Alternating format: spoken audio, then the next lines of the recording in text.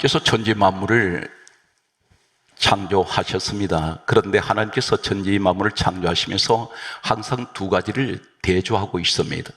빛과 어둠, 밤과 낮, 진짜와 가짜, 천국, 지옥, 알곡, 죽정이. 알곡, 죽정은 같은 밭에 같이 있습니다. 늘 같이 공존하고 있습니다. 이 자리에 분명 알곡도 있을 것이고 죽정이도 있을 것입니다. 가짜도 있고 진짜가 있습니다. 형식적인 그리스도인이 있고 정말 하나님 보실 때 오리지널, 너는 분명 천국의 사람이라고 인정하는 그런 사람도 있을 것입니다. 오늘 성경 말씀은 누가 기록했습니까? 잠깐 소개하겠습니다. 기록은 사람이 했는데 성경 역사는 구약 성경은 약 1500년 동안 기록이 되었습니다. 신약 성경은 약 100년 기록되었습니다. 합해서 최장기간 약 1600년 동안 성경이 기록된 역사는 66권이라는 이 책입니다. 우리 성경은 누가 기록하게 하시느냐면 구약과 신약의 한 군데씩 제가 소개하면 이사야 34장 16절은 이렇게 말씀하고 있습니다. 하나님께서 말씀하시기를 너희는 여호와의 책을 읽어보라. 성경 말씀을 말씀하고 있습니다. 여호와의 책을 읽어보라 말씀하시면서 이는 여호와의 입이 이를 명령하셨고 그의 영이 성령께서 이것들을 모으셨다라고 말씀합니다. 그래서 성경 말씀 한 말씀 속에는 하나님 마음이 담겨 있고 하나님 뜻이 계시며, 그래서 요한복음 1장 1절에 뭐라고 말씀합니까? 말씀은 하나님이라 말씀하셨습니다. 성령이 어디에 임하십니까? 사도행전 10장 44절의 말씀 보게 되면 성령께서는 말씀 듣는 사람에게 임하십니다. 오늘 이 현장 되시길 바랍니다. 우리 예수님이 누구십니까? 요한복음 1장 14절에 말씀이 육신이 되어 우리 가운데 오신 분이 예수 그리스도이십니다. 그러므로 성경을 말씀하고 있습니다. 에베소서 6장 17절에 성령의 검 하나님 말씀을 가지라 했습니다. 오늘 성경 말씀을 보게 되면 그러면 디모데후서 3장 16절에 한 군데 더 소개하는 내용은 모든 성경은 하나님의 감동으로 기록이 됐다 했습니다. 하나님의 감동으로 기록됐다는 건 무엇입니까? 성경 기록하게 한 사람의 마음을 움직이시고 성경을 기록하게 하시면서 생각을 주셨습니다. 그래서 그 말씀이 지금 우리에게 주어졌습니다. 그러므로 오늘 시간 말씀을 성경 기록 그대로 여러분에게 전달할 때에 주의 종은 어떤 거창한 설교를 하는 것이 아닙니다. 최고의 설교는 하나님 말씀을 성경에 기록된 그대로 전달하는 것입니다. 오늘 여러분들이 이 자리에 이 말씀을 듣다가 육신의 병이 치료받으며 예수님 가시는 곳마다 몸이 고쳐집니다. 환경이 변화됩니다. 죽은 자도 살려냅니다. 오늘 그 말씀이 바로 요한복음 1장 14절에 강조합니다. 그 말씀이 곧 예수 그리스도를 의미하고 있습니다. 말씀이 육신이 되어 우리 가운데 오신 분이 예수 그리스도이시기 때문입니다. 오늘 성경 말씀은 창세기 25장 22절 이하의 내용을 잠깐 소개합니다. 한 집에 한 부모 스라에 두 형제가 태어나게 됩니다. 성경 말씀은 이렇게 기록하고 있습니다.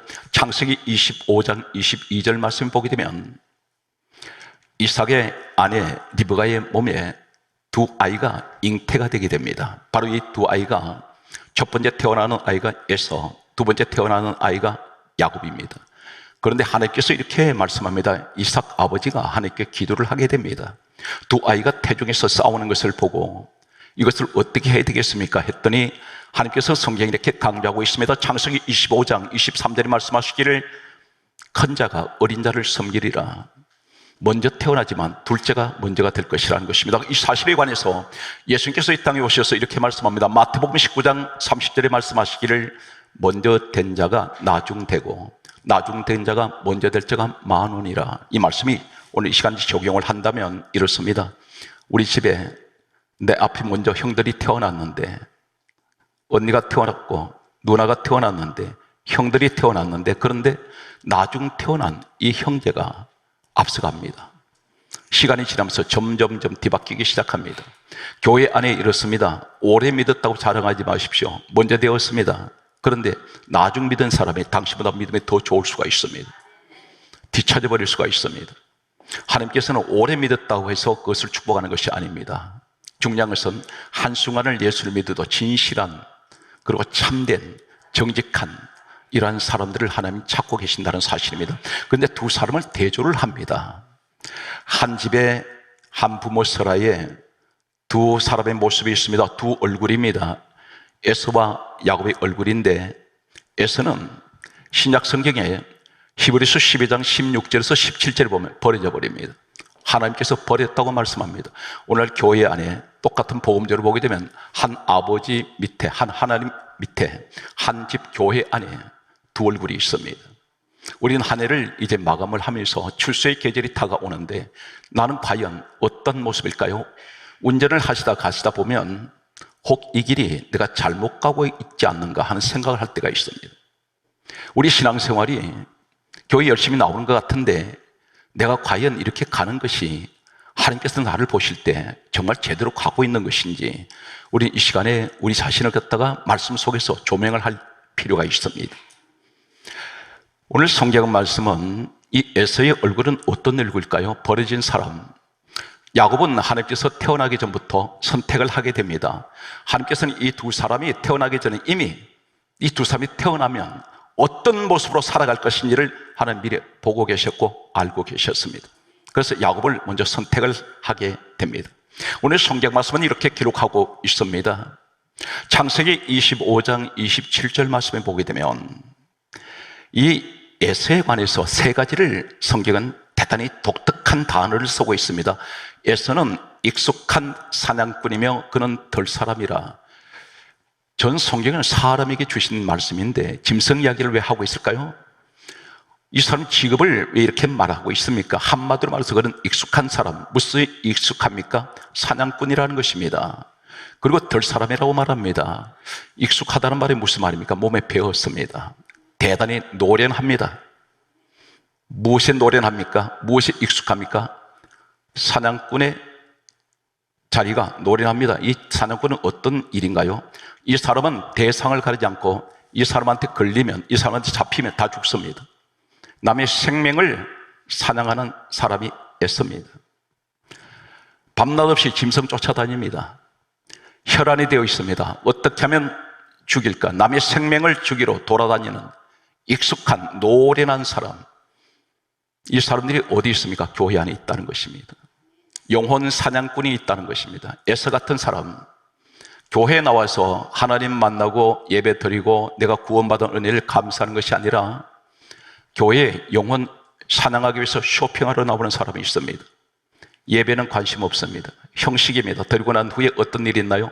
만나는 사람마다 믿음 죽입니다. 기도를 죽여버립니다. 은혜생활 죽여버립니다. 예수 같은 사람한테 잡히면 다 죽습니다. 대상을 가리지 않습니다. 이런 사람은 교회를 사정없이 비판하고 싸잡아 갈기갈기 찢습니다. 주의 종도 갈라놓습니다. 성도관계 다 갈라놓습니다. 이러한 사람이 그 가정에 있으면 다 갈라집니다. 이 사람은 은사가 무슨 은사입니까? 죽이는 은사입니다. 익숙한 사냥꾼입니다. 덜 사람, 이 사람은 목적지가 없습니다. 계속해서 헤매고 다닙니다. 여기저기 교회를 쇼핑하고 다니는 사람이 있습니다. 덜 사람이라고 성경 그렇게 기록을 하고 있습니다. 오늘 성경 말씀은 또 이렇게 강조합니다. 하나밖에 없는 아우 야곱을 창세기 27장 41절에는 에서가 야곱을 죽이리라 그렇게 말합니다. 이 사람은 늘 혈안이 되어 있습니다. 죽이는데 혈안되어 있습니다. 오늘 성경 말씀은 이런 사람이 기도를 하면 응답될까요? 성경이 이렇게 강조합니다. 두 얼굴을 우리가 보면서 먼저 에서의 얼굴을 보고 있습니다. 우리 주변에 혹 이런 사람 없습니까? 이 사람을 가리켜 이사야 1장 12절에는 이렇게 말씀합니다. 마당 신자라고 말씀합니다. 성전에 나오지만 너는 내 마당만 밟을 뿐이니라 그렇게 말씀하시면서 이사야 1장 15절에 다음과 같은 말씀을 합니다. 너는 내게 아무리 많이 기도할지라도 나는 너 기도 듣지 아니하리니 너 손에 피가 가득함이라. 에서 같은 사냥꾼 손에는 항상 남의 피가 묻어 있습니다. 이 사람은 대상을 가리지 않고 남의 생명을 죽이고 상처를 냅니다. 이 사람한테 잡혀버리면 모든 짐승은, 모든 생명은 상처가 생기든지 칼이나 화살을 가지고 이 짐승을 잡을 때 늘 이 사람 손에 피가 있습니다. 우리 가운데 남을 핥히는 사람이 있습니다. 남을 헐떴습니다. 쥐어떴습니다. 앉아서 자기 이야기도 하기도 바쁜데 남 얘기하는데 입에 거품을 품고 교회에 나와서 사람들을 싸잡아서 비판하는 사람들이 있습니다. 눈이 병이 들면 어떻게 될까요? 시야가 제대로 보이지 않습니다. 눈의 시력이 좋지 않던가, 또 색 안경을 끼고 보면 사물은 정상인데 어떤 색으로 내가 안경을 착용하고 보느냐에 따라서 색깔이 달라져 버립니다. 모든 것은 정상인데, 그런데 우리가 카메라를 가지고 사물을 찍을 때에 정 위치에 두고 찍으면 사물이 반듯하게 나옵니다. 그런데 이것을 각도를 어떻게 기울여 찍느냐에 따라서 다 달라져 버립니다. 내 눈이 삐딱하면 모든 것이 삐딱하게 보입니다. 내가 건강하면 나오는 말이 건강합니다. 왜 내 눈에 보이는 것이 다 부정적으로 보일까요? 당신 눈이 병들었다는 것입니다. 이건 정상이 아닙니다. 교회는 어떤 곳인가요? 살리는 곳입니다. 우리 예수님이 왜 죽으셨습니까? 오신 목적이 하나, 죄인된 나를 살리러 오셨습니다. 그런데 나는 반대로 죽이고 있습니다. 에스 같은 사람, 지난 최소한 한 해를 돌아볼 때 나는 내 가정에서 얼마나 많은 비판을 했습니까? 심지어 내 부모를 비판하고 내 남편을 비판하고 내 아내를 비판합니다. 내 자식을 비판하고 있습니다. 그것도 전혀 상관없는 다른 사람들 앞에서 이 말을 서슴없이 내뱉는 사람들이 있습니다. 이분들이 누굽니까? 기도하는 사람입니다. 그 입으로 기도하는 사람입니다. 하나님 앞에 기도할 때는 대단히 거룩한 것 같습니다. 그러나 실상은 이 사람의 본색은 그렇지가 않다는 것입니다. 기도할 때만 거룩한 것 같습니다. 기도 거치는 순간 입만 열면 남 비판하기 좋아하고 거짓말하고 세상 사람보다 더 못합니다. 오늘 이 자리에 말씀을 듣다가 아픔을 느끼는 것 같다면 이 사람 살아있는 사람입니다. 죽은 영혼은 감각이 없습니다. 성경 말씀은 이렇게 강조하고 있습니다. 성경 말씀을 보게 되면 이 에스에 관하여 구약은 이렇게 말씀하면서 신약은 에스 같은 사람은 어떤 사람일까요? 우리는 먼저 에스의 얼굴을 먼저 보고 있습니다. 고린도전서 11장 18절 말씀에 보게 되면 이렇게 말씀합니다. 하나님께서 성경을 기록하게 하신 하나님께서 성경에 이 말씀을 기록하고 있습니다. 고린도전서 11장 18절에 말씀하시기를 너희가 교회에 모일 때 분쟁을 한다 그랬습니다. 싸운다는 것입니다. 갈등을 하고 서로 치고받고 싸웁니다. 다툽니다. 분쟁을 한다 말씀하시면서 여기 이렇게 말씀합니다. 고린도전서 11장 19절에 말씀하시기를 파당이 있어야 옳다 인정함을 받는 자들이 나타날 것이다. 이 말이 무엇입니까? 파당은 편가르기입니다. 내 편, 네 편 만듭니다. 교회를 찢어버리고 갈라놓습니다. 성도 관계를 다 갈라놓습니다. 고린도전서 3장 16절에 우리 몸이 하나님 성전이라 했습니다. 근데 성전된 나를 마음을 찢어놓습니다. 갈라놓습니다. 상처를 줍니다. 그런데 파당을 짓습니다. 당을 만듭니다. 내 편, 네 편 만들어 놓습니다. 그런데 이것을 부추기는 사람이 있다는 것입니다. 선동하는 사람이 있다는 것입니다. 파당이 있어야 옳다 인정함을 받는 자들이 나타날 것이다. 교회 안에 이런 자가 있다는 것입니다. 불평을 조장하는 사람들. 그리고 저 사람 말을 듣고 딴 데다 옮겨버립니다. 좋은 이야기가 아닙니다. 그래서 그 사람이 나중에 말이 돌아서 다시 돌아올 때 이 사람은 상처를 받게 됩니다. 오늘 그러면서 하실 말씀이 놀라운 말씀을 합니다. 충격적입니다. 이렇게 분쟁을 하고 교회 다니는 사람이 분쟁을 하고 파당을 짓게 되면 편가르기를 하게 되고 사람을 다 갈라놓으면 고린도전서 11장 20절에 너는 주의 만찬을 먹으면 안 된다. 성찬하지 말라 그럽니다. 충격적입니다. 우리는 감각 없이 성찬합니다. 그런데 회개합시다 그러면 세상 자범죄만 회개하고 앉았습니다. 그런데 그런 것이 아니라 성경은 주의 만찬은 성찬인데 성찬을 하지 못한다. 하지 마라 그럽니다. 그런데 그럼에도 못 깨닫고 성경은 충격적으로 말씀합니다. 고린도전서 11장 27절과 29절을 소개합니다. 분별 없이 그리고 자신을 돌아보지 못하고 깨닫지 못하고 성찬을 그럼에도 먹고 주의 몸을 범하는 죄를 짓는데 29절에 이렇게 말씀합니다. 자기 죄를 먹고 마시는 것이다 했습니다. 성령을 받은 사람은 어떤 사람일까요? 사도행전 5장 42절에 말씀하시기를 이렇게 말씀합니다. 오순절 성령이 임하고 난 후에 그들이 나타나는 최초의 모습은 이렇습니다. 성령을 받았던 이 사람들은 날마다 성전에 있든지 집에 있든지 예수는 그리스도라 가르치기와 전도하기를 그치지 아니하는지라. 여기서 예수는 그리스도라 가르친다 있습니다. 어디에? 집에 있든지 교회에 있든지 어느 곳에 가든지 이 사람들 입에서는 무슨 얘기입니까? 항상 예수 이야기 한다는 것입니다. 구원 이야기, 은혜 받은 이야기, 믿음 이야기를 한다는 것입니다. 남의 얘기 하지 않습니다. 그리고 목적이 무엇입니까? 그 말을 듣는 사람들이 은혜를 받습니다. 그러므로 이렇게 강조하고 있습니다. 에베소서 4장 29절에 30절까지 뭐라고 말씀합니까? 무릇 더러운 말은 너희 입 밖에도 내지 말라. 이 더러운 말이 뭡니까? 욕을 하거나 남을 헐뜯거나 비판하거나 이런 소리 입 밖에도 내지 말라고 말합니다.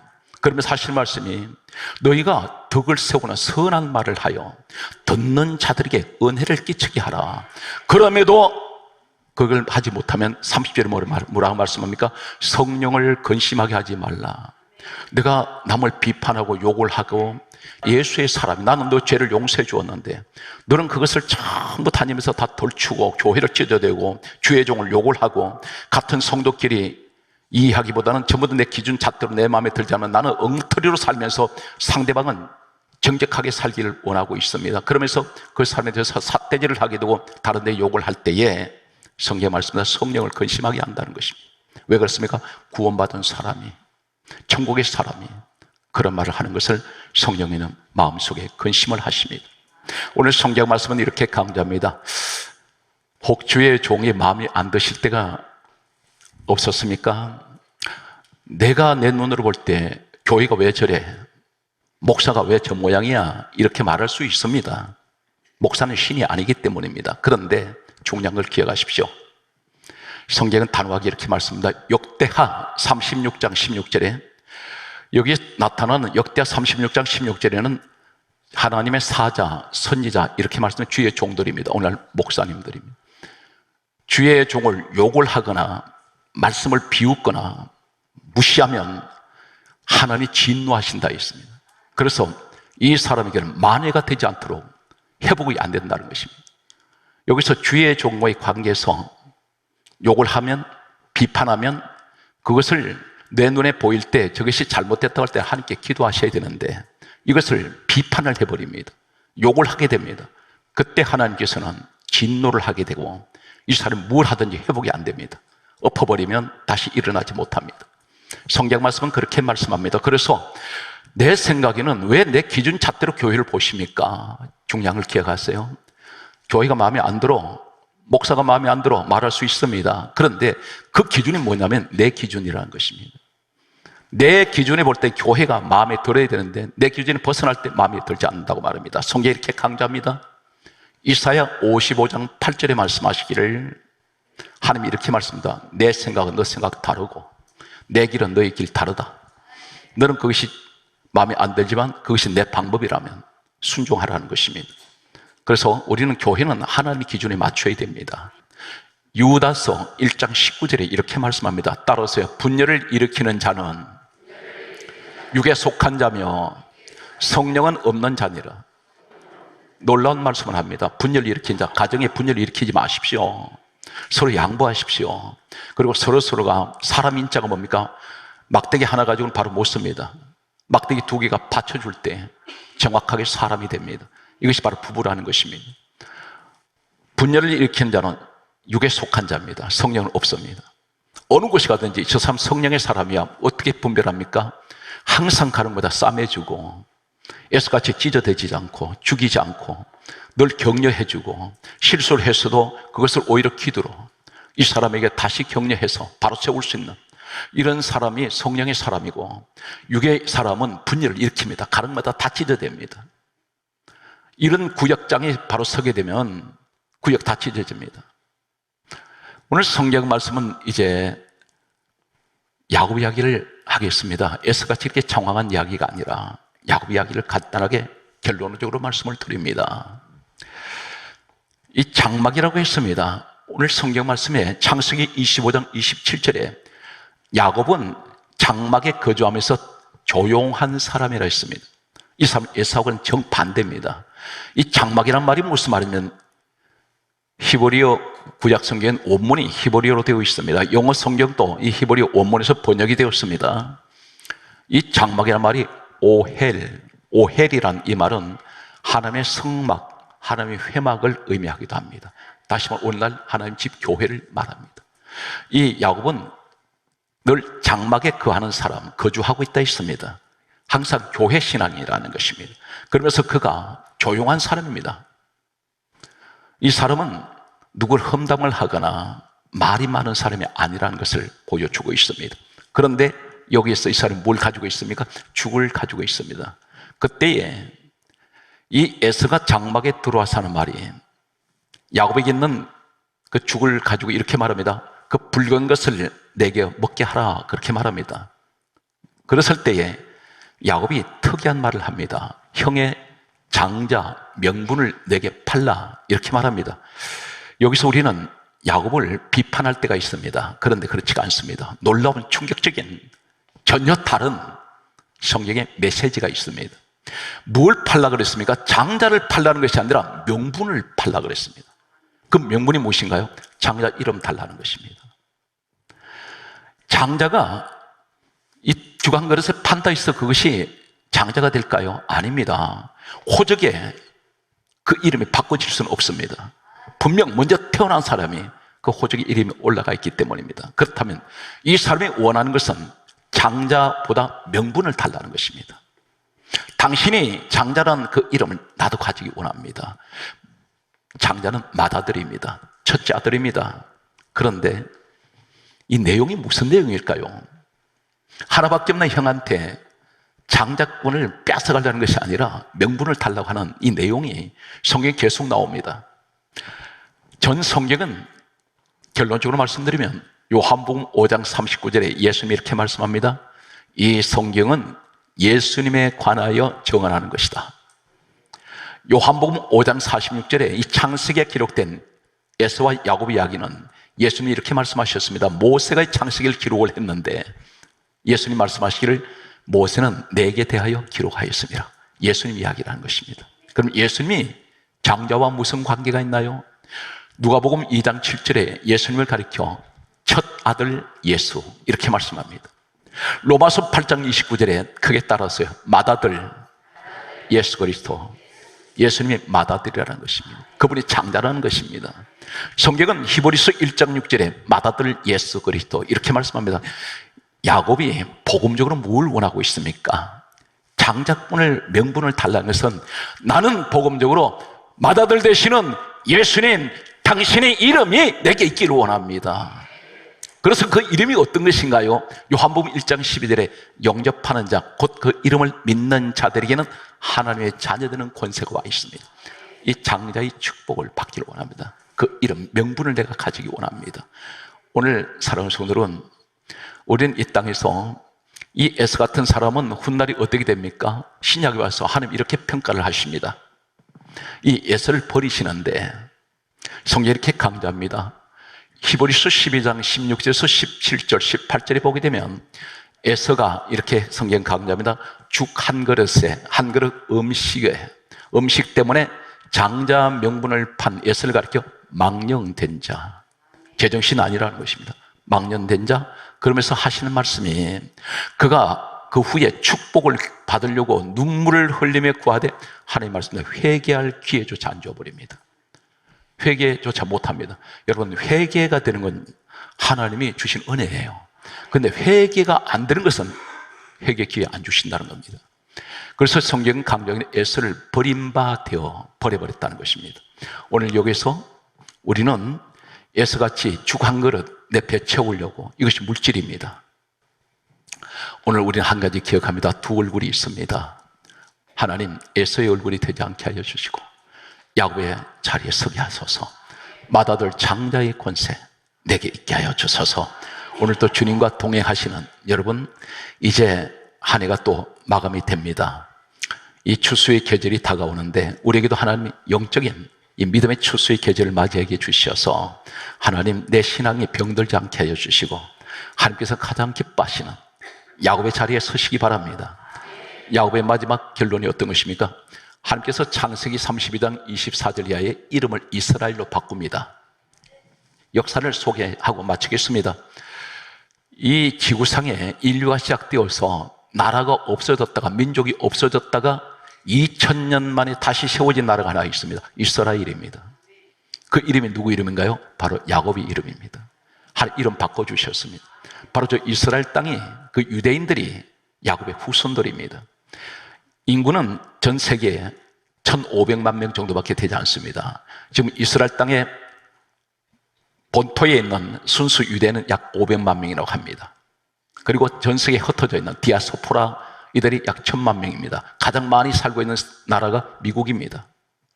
놀라운 사실은 1500만 명이 약 70억 인구가 지금 생존하고 있는데 노벨상을 가장 많이 받은 민족이 유대 민족입니다.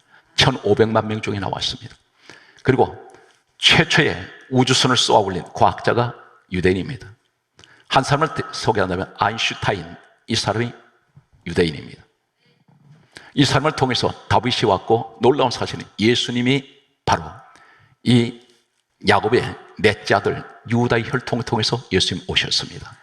최고의 명문 가문이라고 할 수 있는 이 집안이 바로 이 야곱의 집안이 됩니다.